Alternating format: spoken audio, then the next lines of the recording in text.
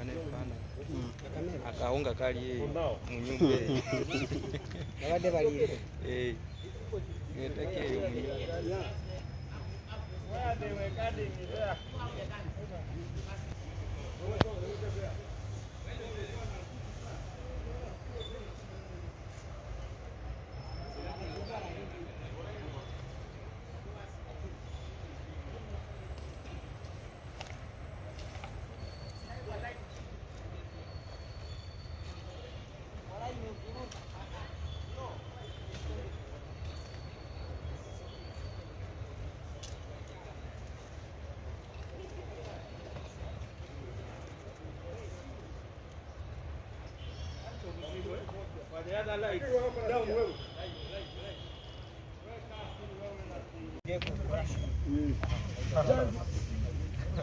Just forget what you have left behind.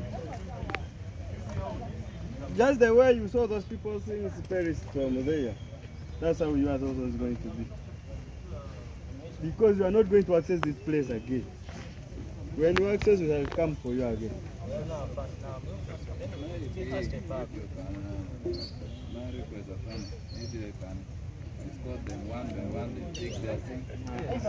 It's nothing like that. This time, these people find it illegal. They refuse to open. And this one is the commander inside. But I don't have, now how can I open the key? I didn't have the key. The key is not there. Then how do you access to enter? When we enter, they got a close door, we close inside. No more going out. Why don't you give the name of the person who is having? Move away. Move away from there. That group pass for the main. Mchaule, where na pass? Dawa gani? Ya Slim.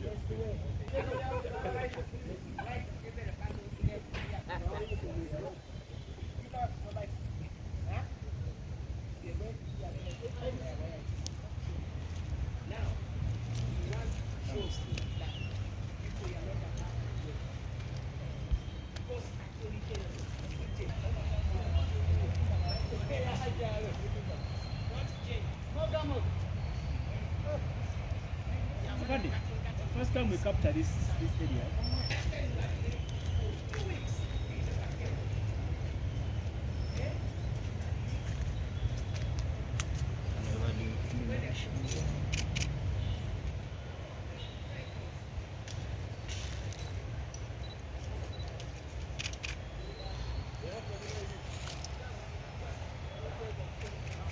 Jamu microphone mzee.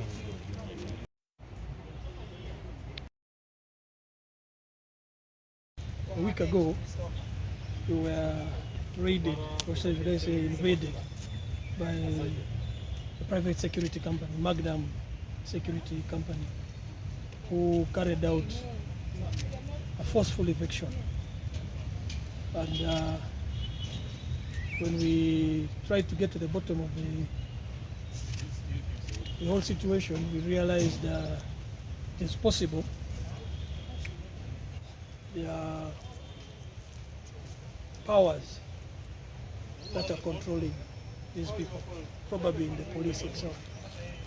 Because even this operation, as you can see, the police are not involved. They have tactically pulled away.